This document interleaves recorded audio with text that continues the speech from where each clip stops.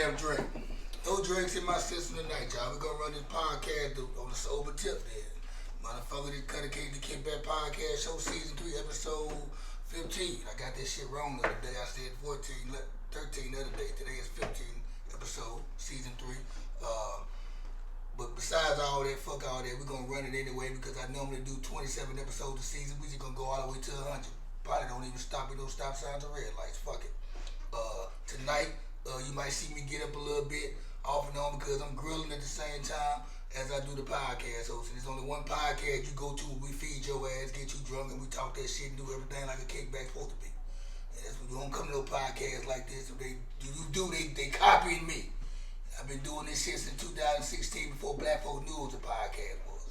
They thought they had to have an iPod to listen to a podcast. But that's beside the point. I have a guest on the show tonight. She's by way of Shreveport, Louisiana, right? Yes, sir. What part of Shreveport? I grew up in Motown. All right. There we go enough right there. I'm going to let you introduce yourself because that's what I do with my guests on there because you might want to go by a jazzy name or whatever. So what's your name?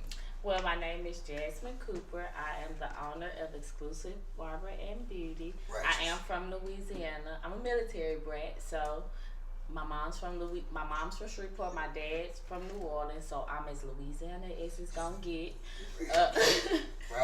Pretty much that's all y'all need to know. So you grew up in Shreveport most of your life, right? Well, no. Actually, I was born in Killeen. I stayed there till I was 6. I actually grew up in a town outside of Shreveport. I moved to Shreveport when I was 15, and then I stayed there. What town was it outside of Shreveport? I'm from Shreveport. I'm from Cotton Valley. Cotton Valley? It's like my Plain Dillon and some shit like that? Yeah, okay. That's in the country. Okay, you're a country girl. Them the best ones. Okay, right on. Ain't nothing wrong with that.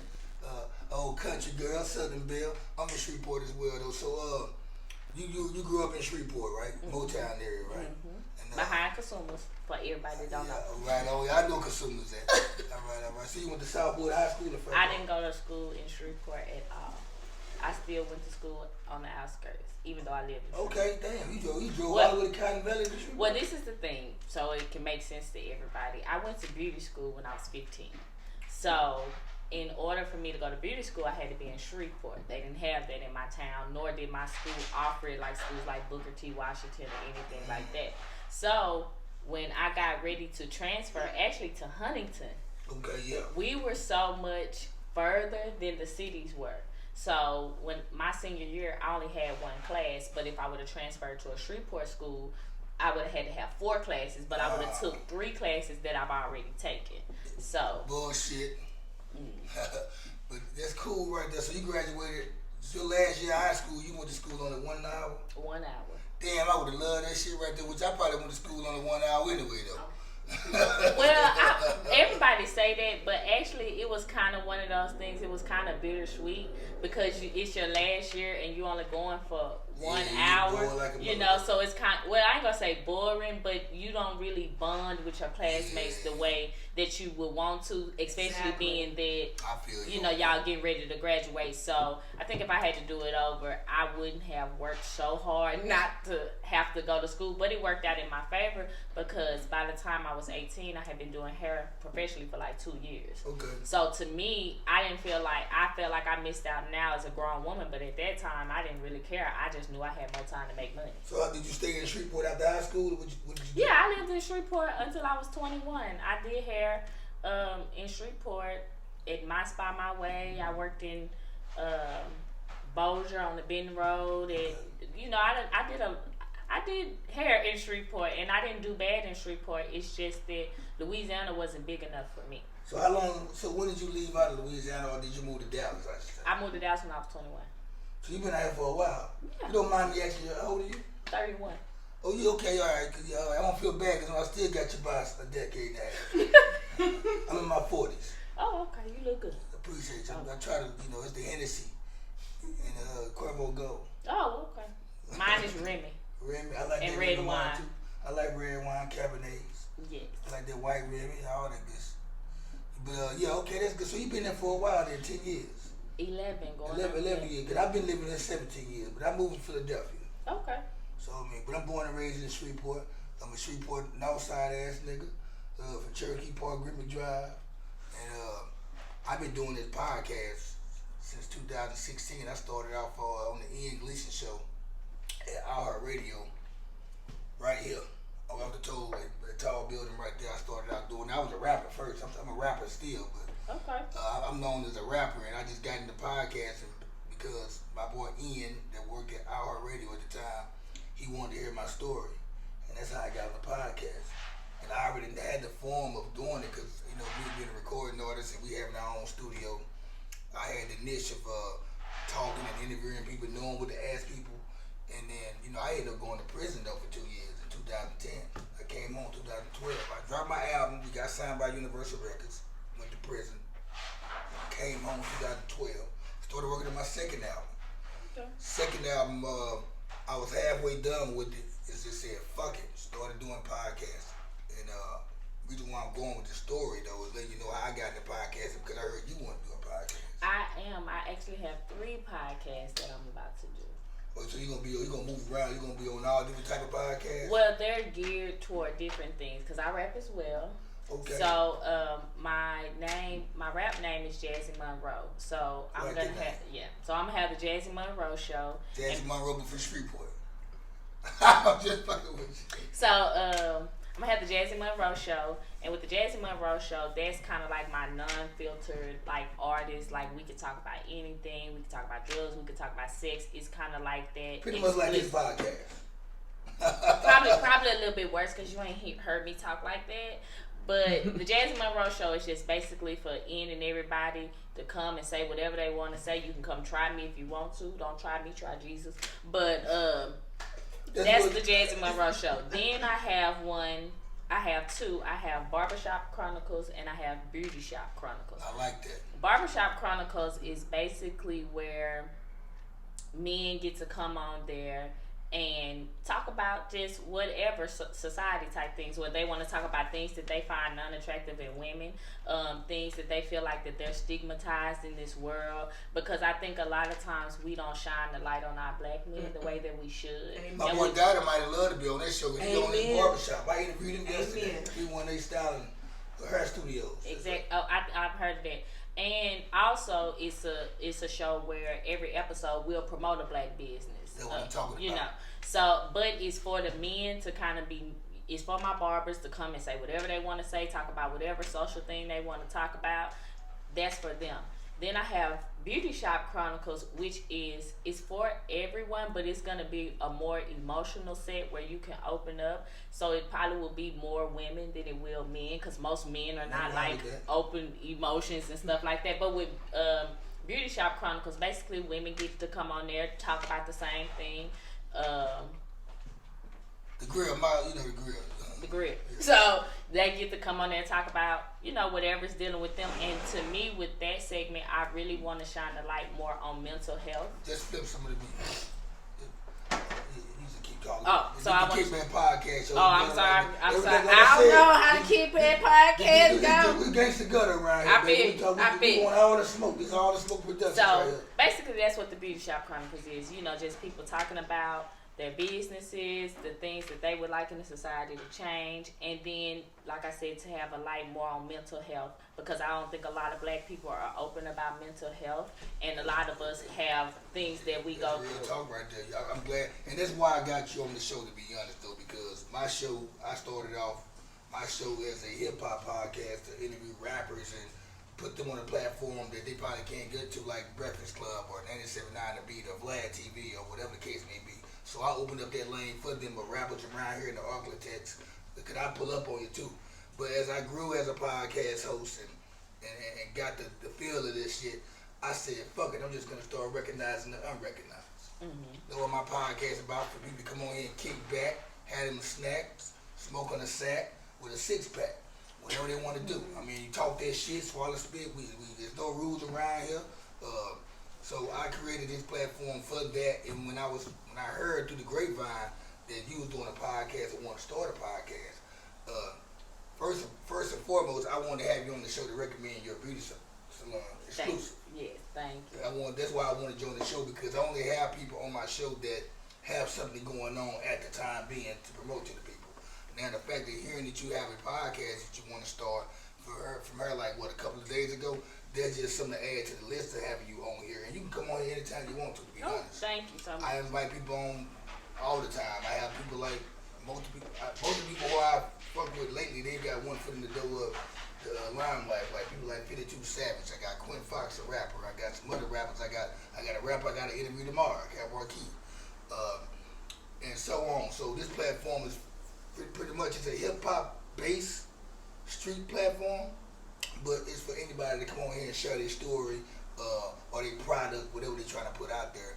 And I heard you like to talk, so that's why I want you on here too. I do. Whatever you want to talk about, we can talk. We like to talk that shit around. I don't mind, honey. You give me a subject, let's run it. One thing about me, I come up with subjects all throughout the episode, so it's like I really freestyle shit sometimes. Some of the shit I already have jotted in my head, but I move around all the other stuff in the freestyling part because we already know everybody talking about shit like, let me ask you a question. Speaking of you being a woman, now this is a relevant topic that's been going on. Okay. What you feel about, so what's up with Keisha Cole and the two baggies that fell out of her pocket doing the versus battle against? Okay, so I ain't gonna lie to y'all. Look. I'm not gonna lie to y'all. I did not watch the verses. But did you hear about it? Okay, so I don't watch it. only thing I fuck you. Not too much. So only thing I heard was Ashanti killed her and that Keisha Cole really looked bad. But I promise, if you tell me what happened, I'll let you know how I feel about it. What fell out of page? Well, I don't watch the verses that much anyway. But I heard about it. Me being a blogger and the person that got his ear to the music shit. I heard that she was so fucked up that she was singing pretty much all the songs that they was playing. Like, you know, wasn't letting the songs get heard. They said two cocaine baggies fell out, paraphernalia baggies, you know. She's older, man. She a crack baby, you know, come on. So that, you know, I won't put that past her, that happening. I didn't see it, but there's been a talk about that. My thing about the versus thing, though, man, this is my point about, this is what I gotta say about the versus shit. Fuck versus. Fuck all that shit. Fuck versus this, versus that. We the only motherfucking culture that like to versus each other and shit. They go against each other on everything to the public. You don't see Metallica and Aerosmith going against each other. You don't see Dixie's Chick and Dolly Parton versus each other, talking shit to each other. Well, that's just because black people have been oppressed for so long. Why we gotta oppress each other though with the versus shit? The thing, I get it, but the thing about it is, black people take whatever. Well, I ain't gonna say black people. Most black people, because they've been suppressed for so long, they gonna take whatever inch of limelight they can get. Okay, so Keisha Cole is broke. Like, let's get that out of the way. Ashanti, I'm not gonna call you broke, but you have been touring in other countries. So anybody who's really doing a versus, like, I'm gonna put it like this. I'm not gonna say I'm opposed to the versus thing because, like, I liked rap when people rapped on the block and they battle rapped and stuff like that. I like them. And it's friendly. And I think what it is, black people have let the society turn friendly competition into a fight. When it don't gotta be a fight, we compete. And if you don't win, you come back and you compete again. So for instance, I was glad to see the versus battle between Jeezy and Gucci Mane. You know, like, to me, okay, that's a versus battle I want to watch because y'all actually beefing with each other. And, you know, one feel like they hotter than the other. They versus, they brought each other together. That's what I mean. That's what I mean. But on that, let me get to their verse now. It divided the fans, though.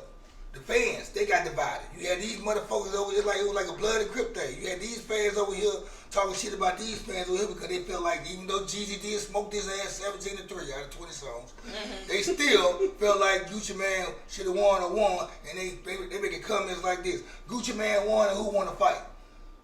Well, that's black people. But that shit, well, no, I ain't gonna just say that black people. That's this dumbass generation that's growing. Yeah, it's grown generation. It's grown, it's 40-year-old man, 50 and 30-year-old man talking like this. But you can be a 50 and 30-year-old man and have an 18-year-old mentality. We the only blacks that's showing this shit out publicly, though. That's the point I'm making, though. Oh, you know, what I'm saying, we're the black people, the only people that challenge each other and embarrass each other publicly to the public eye. That's the point I'm making. And another thing about the fucking, why we gotta challenge each other on Facebook with the hashtag my first daughter challenge? What we trying to challenge? Who got the prettiest daughter? Who got the challenge yourself, motherfucking challenge? How about that? Amen. Why we got my 3 kids challenge? Why? What? That's not even a challenge. Why we gotta challenge each other on shit like we the only culture that challenge each other on everything. We don't never come together on things where we can build and make something out of it. That's why you can't put 4 black men in the house together with each other. They gonna argue about the Cowboys, Saints, who top 5 rappers, who gonna do all this shit. About the Cowboys. They just gonna argue. They ain't gonna never come up with a conversation to build. I'm right here with you, but all you gonna do is argue and debate with each other. We the only culture to do that. But my thing is, I guess I get exactly what you're saying, and I don't disagree. But you have to still. People only gonna do what they know, and black people don't know no better. Some people follow popularity though. That ain't some people. That's everybody. You can put shit on the sign. If you put shit on the sign, they gonna go buy it. True. Somebody, if they see 10 people buy it, they gonna be the 11th person buy it. Exactly. You ain't lying about that though. So what think about them white folks in Capitol Hill? I think that was the funniest shit ever. Boy, I think that was the funniest shit ever. Look, what you think? That's the funniest shit ever. I was happy to see them tearing Capitol Hill up. I'm glad to see white on white crime for the first time. I love that shit. I want to clear this up with everybody. Everybody like, y'all mad at the white folks in Capitol Hill? Hell motherfucking no. Go do it again. Why? Because if they had been black people, they'd have shot us down on the steps. You already know. Y'all go do that shit again. If you would let somebody break into the white, first of all, we ain't just talking about anything. We talking about the White House. Exactly. You let these people come in the White House, break in the White House. You let them sit. They sat in Nancy Pelosi's goddamn chair or whatever. And you think that as a black person, I feel sorry? I don't. I just think everybody know. I just want to let the whole world know they done turned the Constitution into a reality show, and I watch it. So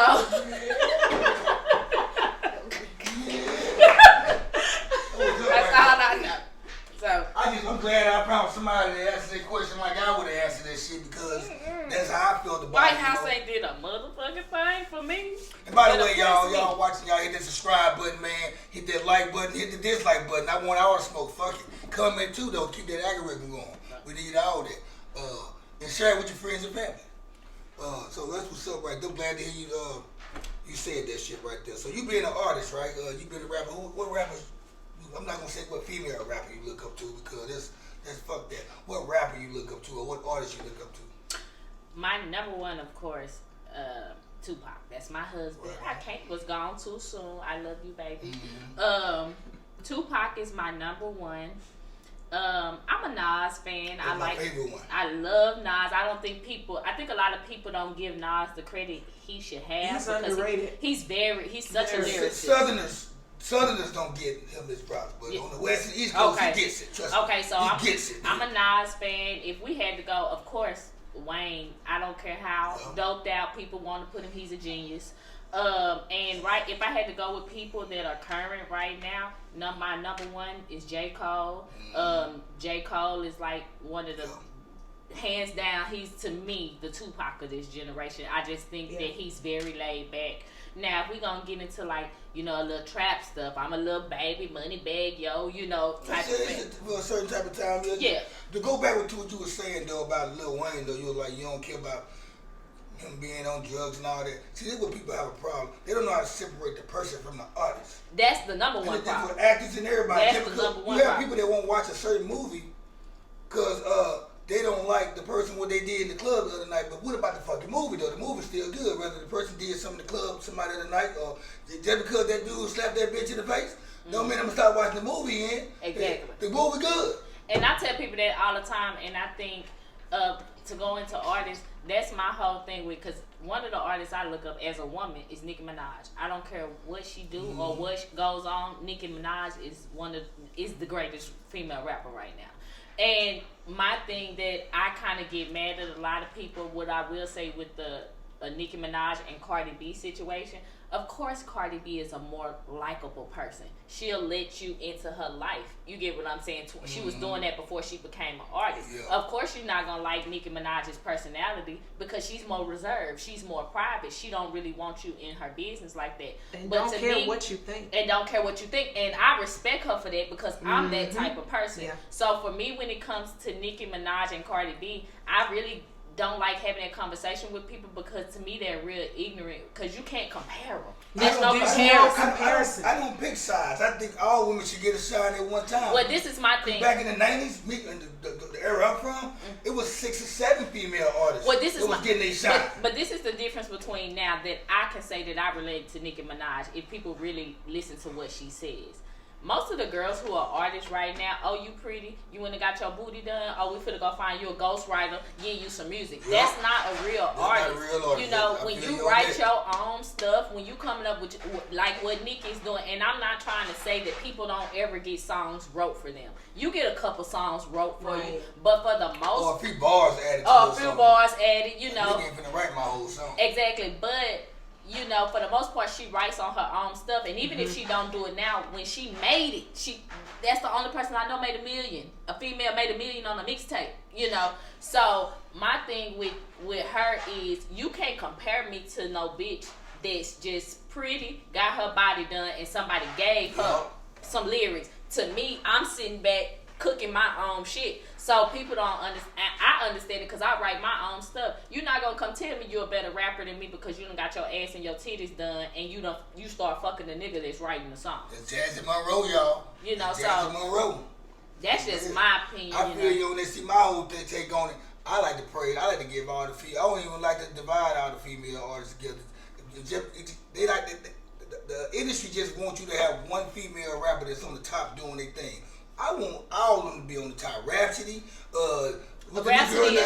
Rhapsody is slap on. She's a lyrical fool with it. For real. About, I can go down the list. I forget about her. See, back in the 90s, we had Queen Latifah, MC Light, we had Left Eye, we had Ghetto Twins was my girl. And nobody tried to top each other. But you know what's different now?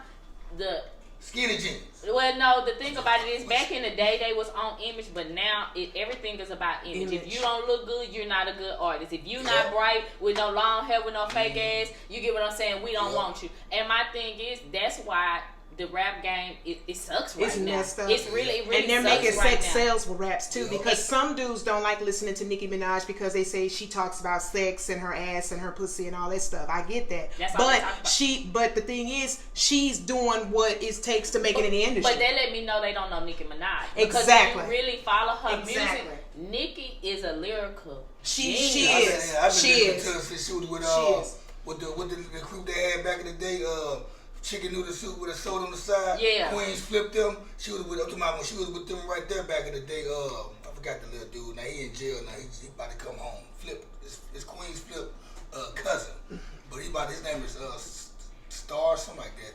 But anyway, I remember when she was young and she was busting them lyrics and shit off of Biggie Smalls Warning beat. Exactly. And off them raw concrete tracks. Yeah. Not the most shaky tracks. I watch her rap. And then I respect Nicki because a lot of people don't know Nicki is a real hood bitch. You get what I'm saying? Like Nicki is from Queens. Nicki was out there with some real hood. Yeah. Like a lot of people don't even know Nicki used to be like gangster rapping. You know, when she got with Wayne, Wayne gave her that image. You know, because you know he knew that she needed a little bit. With this thing, you kind of have to have an image to go into it. And then everybody after her came knocking her image. And that's another thing with the industry I don't like. Nobody is doing their own thing. Everybody raps about if I'm fucking you, you paying me, you go get my ass done, cheek done. Bitch, that's all you got to offer. And I'm tired of you hoes getting y'all ass done. Cause when I go to the motherfucking nah, for real.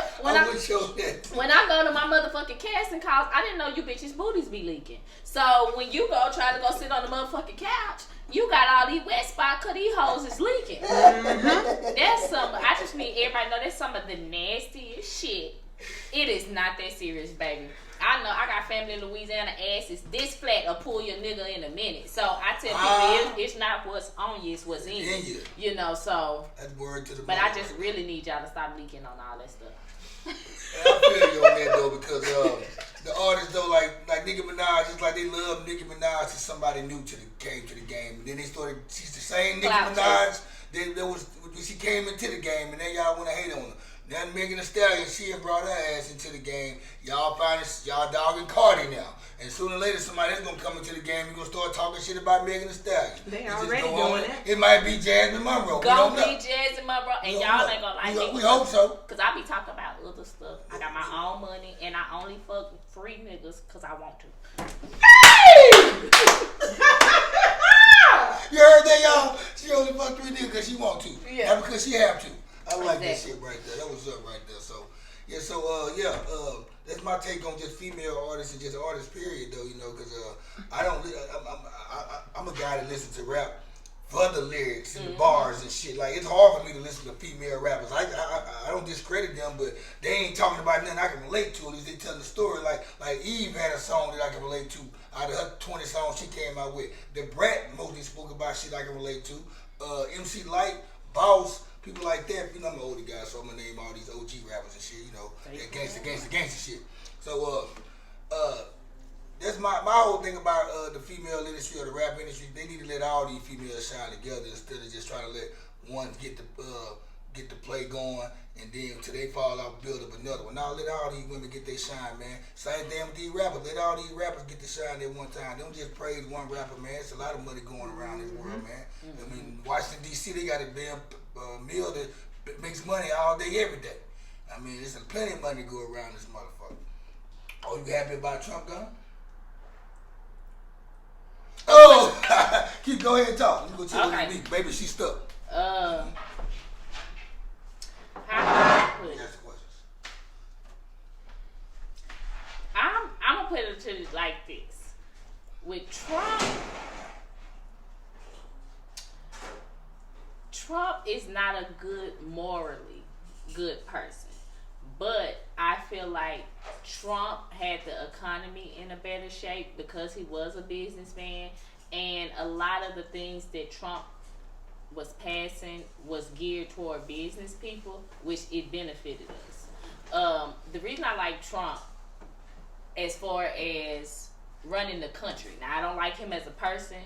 I don't really care about him being racist, because people will say, oh, Trump racist, Biden and Kamala, whatever the whole name is too. Mm-hmm. So for me, I'd rather have the devil I know than the devil I don't. So with Trump, at the end of the day, he may be racist, he may be this, he may be that. I don't give a fuck. I'm not trying to have dinner with him. But as far as how things was rolling out and where the economy was, I was with it. Trump donated to black colleges. You get what I'm saying? When Trump rolled out anything during the stimulus, it came out quickly. He made sure he pushed it out to us quickly. So, of course, he's an asshole, but that's not for me to talk about. I'm not trying to hobnob with him. Right. So, for me, I don't feel like any of them, ooh, they look good. I'm going to have to try some of it. Look. Can you put some hot sauce? I mean, some barbecue sauce. I eat white meat. It's outside. But now I ain't happy Trump gone. Trump is entertaining. I couldn't wait to see what he was gonna do from week to week. Well, I laughed every time I saw him on TV. So, I mean, keep running that shit. I'm listening. I'm just saying I don't have no problem with Trump because Biden is racist too. And y'all did y'all see what's her name? Kamala Harris. Hey, y'all seen her husband? He white. You seen Dexter? What? So that's all I'm. They got people praising her on Facebook because their little black girls and daughters and wives and girlfriends are looking at that like that's supposed to be some phenomenal thing because she's a woman of color and all. Well, I'm gonna tell you another thing, and y'all probably gonna see it if you pay attention to TV more often now. Now that they're trying to push the whole Black Lives Matter, give black people their equal rights, if you pay attention, every commercial you see now, well, I ain't gonna say every commercial, but if you look at the commercials, they putting black women with white men, or they showing a commercial where, you know, a white woman is with a black man. Yeah, a lot of interracial stuff. So it's a lot of, instead of just making it, oh, Black Lives Matter, which is ran by white folks. I'm gonna ask you what you think about Black Lives Matter. Fuck a Black Lives Matter. I'm gonna tell you fuck why. Black Lives Matter. I'm gonna tell you why I say fuck Black Lives Matter. Tell them. Because at the end of the day, Jordan donated to Black Lives Matter. All these people donate to Black Lives Matter. We're in a motherfucking fucking pandemic where people can't pay their bills, they can't get no food, they can't get nothing. I ain't seen Black Lives Matter set up nothing, no type of site, no FEMA site or nothing to say, you know what, we gonna help out our black people. So do Black Lives really matter, or is that just the thug shit y'all be pushing just to make it seem like you doing something for us, but you really not? Because even I don't give a fuck when nobody say, yeah, okay, we can get out there protest. They pulled out some statues, all that kind. Fuck all that. That ain't doing nothing for us. That ain't doing nothing for us. You need to put us in a better predicament, put us on a level playing field. If Jordan gave him 10 million he gave him? Y'all couldn't even donate $1 million to give out free food or food banks or nothing like that during the pandemic. I ain't heard nothing about that from Black Lives Matter, so fuck Black Lives Matter. And then it only matters when the police kills a black person. It don't matter when another then black they shout person. that mess and but posting all types of matter. videos on Facebook. Yeah. But it don't matter then. Hear what I'm about to say though. Hear what I'm about to say. When a black person get killed by police, it's Black Lives Matter. But let one of the other niggas let a black person kill a black person. King Von kills, he gets killed by a rapper, and this right here get killed by another rapper, and no Black Lives Matter no more. It only matters when they see a white cop kill a black man or a cop kill a black man. But to me, it don't even matter then because it need to matter at all y'all times. didn't do any. I mean, okay, so y'all got. I think they prosecute Breonna Taylor's, or they finally fired the people or something like that. But you haven't seen all this protesting people did for all these men. It didn't get nothing overturned. You get what I'm saying for real? They still doing the same ass bullshit. But you know what I'm saying? Black Lives Matter only comes out. Oh yeah, that's what I'm saying. I know. It don't come out when but they don't even do the black shit. On black crime. Yeah, they don't even do the shit. It don't come out then. It don't come out then. That's what I hate about this shit. You know, if it's gonna be Black Lives Matter, it need to be Black Lives Matter for every black situation that somebody get killed. That's how I look at this shit. But I ain't kissed the Black Lives Matter with the white husband and the black. No, it wasn't a Black Lives Matter commercial, but I was just watching TV the other day, and I just know that, like, now that it's being so publicized, how white people have been doing black people for years, now they trying to give you a couple of acres and a motherfucking sick mule, you know, and you see the commercials now, instead of just making it black families, it's always an interracial family and things like that. And don't get it twisted. I can say what the fuck I want to. I got 2 half Puerto Rican sisters. So I got my son's. I got a mixed son. My so don't ever think it's coming from a malicious point. But my thing is, if you gonna show black unity, show black unity. Show a black man with his black kids, with his black wife, because the way that they publicize black families is not like that with our family. You actually have some like the Huxtables. Yeah, you know, so, but my thing is, we don't got to be the Huxtables because we are what we are. We came from poverty.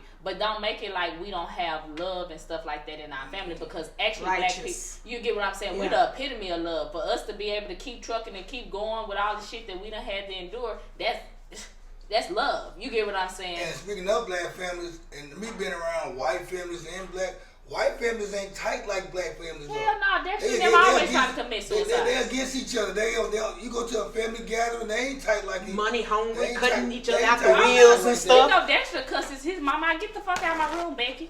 I'm talking about they not tight. You go to black families and shit, you see that genuine love and shit. Exactly. You can tell they be around each other all the time. These white families, they only see each other when it's a function going on.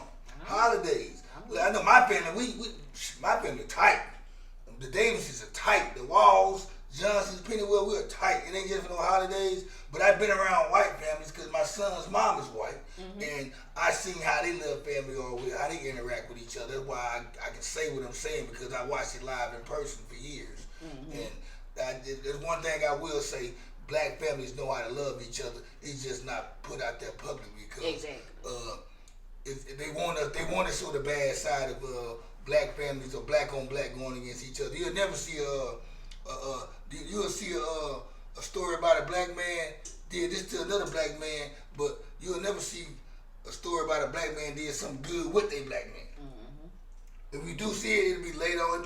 You hear about the story, it had been happening 5 years ago. We just now getting the story about it. Plenty of times people been posting on Facebook, ooh, these 2 black men put together a company. Did you look at the date on that motherfucker? That shit was 4 or 5 years ago. It's just relevant now. Because they want us to make me feel like we're doing something. We've been doing something. I told you, you can't put too many black people in the room together and make them come together and build, though. They're not going to do it. So some people they can, some people they can't. Who the hell somebody outside? That must be that. I found out I told her not to come in. Who was that? Oh, she stumbling up the stairs or something? Oh, don't get her. Yeah, I found out who dropping the 40 ounces in the back of the bushes down there. The El Salvadoran dude. Yeah. He be drinking the 40 And ounces. asking for money to go buy. Yeah, to go buy another one. He bought 50, 40 ounces bottle of Bud Ice down there behind the bushes. And the maintenance man gonna ask me one day, do I know who drank it? Hell no, I don't know who the fuck drank them. I said, I'm gonna drink 40 ounces anyway. That shit so 90s. But I found out today that it was the El Salvadoran dude. I thought it was him. I don't want to call him Mexican because he ain't. But next time the Mexican dude asks me, I'm gonna say it was your fellow Spaniard dude. The Spanish homeboy, he the one doing this shit. He stay right there, but I'm gonna be a snitch on him because they think it's me. They do think it's us. They only ask us. I'm a civilian when it comes to stuff like this. They know how they people party and get down with drinking all that damn alcohol. You ain't seen me carry a drink up in this motherfucker. I just know once it hit that ground, it's their property and their problem, and I'm gonna have to walk in the house on y'all. Say fucking head. I'm gonna have to Now, walk in. I said, look, them 40 ounce bottles ain't mine, but them damn Newports and them blunts down there, that's my shit. All the Newport butts and them blunt wraps down there, that's my shit. And them 40 ounce bottles, that's somebody else's store. So okay then, so your podcast, when you gonna start your podcast, or have you already started? I have not started yet, just because I've been on a promo run. I was in the middle of thinking about opening up another shop. So I just have a lot going on right now, and I don't believe in rushing anything. There you go. What about your music thing? You got any music that's out? I don't have no music out. I have it scheduled for my single to drop in March. So right now I've been in other people's videos. I got a video shoot actually tomorrow night to a song. So you preaching on some other songs? Yes. How can we get on? How can I listen to them songs so I can share it to people and talk about it and brag about it? Well, we have a website going up. It's www.jasminmonroe.com. If you go on there right now, you can go subscribe, or you can just keep checking the website just to get updates on what's coming up. But I'm actually in the process of shooting a video this week. You gonna throw that shit on Apple and some shit like that, bro? Definitely gonna throw it on. Yeah, that's why I like to share shit on Apple and Spotify because it's easy for people to find that shit, YouTube or whatever. Cause I'm a beast on that mic too. Now you might want to collab with me. I might do. You never know. I like that shit. I You do that shit. Come on. Fuck, let's do that shit. They do that shit. Yeah, Let me know. I'll be at the yoke. I'm talking about. I got a couple of them we can go to. Let me know. Free. Let me know. I sure drop y'all a fire bar. I know that's what I want to. Yeah, we're gonna talk this shit. That's what's up right there.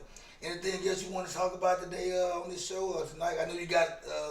She's busy, y'all. She got a little nice dinner she got to go to. You know what I'm saying? You know, she got her and the little niece over there. She look familiar too. What's your name? CC. I got a cousin named CC. She's short just like you too. But you from Shreveport, right? You look familiar. What hood you from? Cedarburg. I used to stay on 6th Linwood. My dad and them people stay in You look familiar. West side or east side? West side. You look Over familiar. by Hollywood. Yeah. Like 6 day certification. I stayed. I stayed on 6th Day in Linwood before I moved. Before I left Shreveport, right down the corner. That was my daddy's street. Yeah, I stayed on 6th Day Linwood, right there in the corner house, right there. You had John Seafood right there. Yeah. I stayed right there on Linwood and 6th Day, the corner, right there on the corner. Kick the door in. I want to try that chicken though. Oh yeah, you got you. We gonna put it out. Get her a good. I want to make sure she get a good piece out of there because I wasn't able to watch the I'm grill. gonna let her choose. No, I wasn't able to watch the grill like I You know normally what would kind have. I eat before then. You know I eat the white. Ready to get you? Yeah, give me some chicken. You come on. You might get ducked down and walk up under those. You might get ducked down. The camera might want to see you because you short. You solo. She look familiar though. I know her. She look familiar. She's familiar. So okay. But anything else you got? You want to wrap up? No, I'll probably come back and we'll do it again. Like this is a relationship. You get what I'm saying? Motherfucking right here, shit. Well, okay. So every show I do, at the end of the show, I wish I had some shirts for you. And shh, you know, he picking up the voices in the back, that microphone. This is the Scram Bitch Award. At the end of each show, I give out the Scram Bitch Award. You got a question what the Scram Bitch Award is? Definitely got it. I had to hear you say it one more time so I could The repeat it. Scram Bitch Award. What's Scram? Like scram, get away. Bye. Scat. Oh. Adios, amigos. Bye. Oh. Anything that you want to say scram to. It can be a situation, organization, a person, team. It can be your job. It can be a headache, a stomach ache. It can be that loud ass nigga Oh, I in your inbox. I don't inbox no niggas ever. My nigga in your inbox. I'm talking you I don't check it. Definitely scram to them motherfucking Cowboys. Scram to that. Second of all, we gonna scram to all them fake leaking booties too. The fake leaking booties. The y'all builder hear that? bitches. We scramming all them bitches. Get you some chicken right there. You like it like that? Looking like that? Right, about it. This is the Kickback Podcast, so y'all, well, we feed y'all on the podcast, you know what I'm saying? We don't want y'all to be drunk all the time. Well, I do, but I'm just saying. Next time you come on the show, we're going to be on some of that Remy, though. I need to come on the Remy. We're going to be on that Remy. Excuse my behavior. You got any more scrams, though? Because I want you to enjoy your food. That's the only people I can think of right now. Well, okay. My scram goes out. You know what? To be honest with y'all, I don't have a scram this week, y'all. I didn't have one last episode because I've been in a good mood. Ain't nothing really been getting on my nerve. But I am going to do the scram. There's always the general scram that goes out. It's going to always goes out to these motherfucking dudes and these people right here. Scram to you motherfucking bozo ass motherfuckers that be hollering support black businesses, but your ass ain't supporting nobody. Your ass just want to be part of the popularity train. Also, scram to your bozo ass niggas that like to talk shit about other niggas around females to try to make yourself look better than That's them some whole ass shit. Bitches don't like to hear that shit, nigga. Scram to y'all that shit right there. And 9 times out of 10, if you talk about the nigga too much, we gonna go want to see what he talking about. What the fuck you competing with a nigga for? If That ain't I around know anyway. too much, he must got some money. Scram, nigga. Scram to your bozo ass. On the count of 3, we all gonna see it. 1, 2, 3. Scram, bitch. In other words, go fuck yourself. I'm out like a fat kid in dodgeball. Not fat kid in dodgeball. Are you that? The fat kid in dodgeball. I was the first one out. This chicken is everything. Bro, this was the